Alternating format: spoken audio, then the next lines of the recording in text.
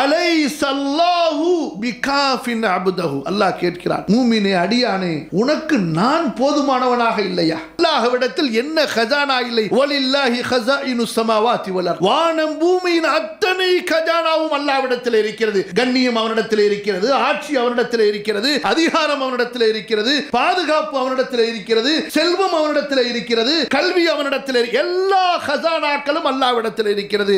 அல்லாஹ்விடத்தில் கேட்டால் தானே, அல்லாஹ்வை நெருங்கினால் தானே, அல்லாஹ்வை சார்ந்திருந்தால் தானே. முதலாவதாக நம்மை விட்டு நமது உறவினர், மனைவியோ பிள்ளைகளோ தாயோ தந்தையோ தூரமாக இருந்தால் அதற்கு சொன்னார்கள் அல்லாஹ் பாதுகாப்பான். யாரை அல்லாஹ் பாதுகாப்பானோ அவர்களை பற்றி நீங்கள் என்ன பயப்பட வேண்டியது இருக்கிறது? இரண்டாவது, அவருடைய தேவைக்கு என்ன செய்வார்? அதற்கு கலீஃபா உமர் சொல்கிறார்கள், தவக்குல், அல்லாஹ்வை சார்ந்திரு, உனது தேவைகளை நிறைவேற்றுவதற்கு அல்லாஹ் போதுமானவன். அந்த இரண்டாவது கவலை, தேவைக்கு என்ன செய்வாய் என்று உணரும் போது சொன்னார்கள் தவக்குல், நீ அல்லாஹ்வை சார்ந்திரு, அல்லாஹ் உனது தேவைக்கு போதுமானவன். மூன்றாவது பாருங்கள், அல்லாஹ்விற்கு நன்றி செலுத்தி வாழ். அல்லாஹ்விற்கு நன்றி உணர்வோடு கிடைக்கக்கூடிய நிஅமத் சின்னதாக இருக்கட்டும் பெரிதாக இருக்கட்டும், உடனே அதற்கு தலைகுனிந்து உணர்ந்து மனப்பூர்வமாக அல்லாஹ் எனக்கு கொடுத்தான் என்ற நன்றி உணர்வை நீங்கள் அல்லாஹ்வுக்கு வெளிப்படுத்துங்கள். அல்லாஹ் உங்களது வாழ்க்கையிலே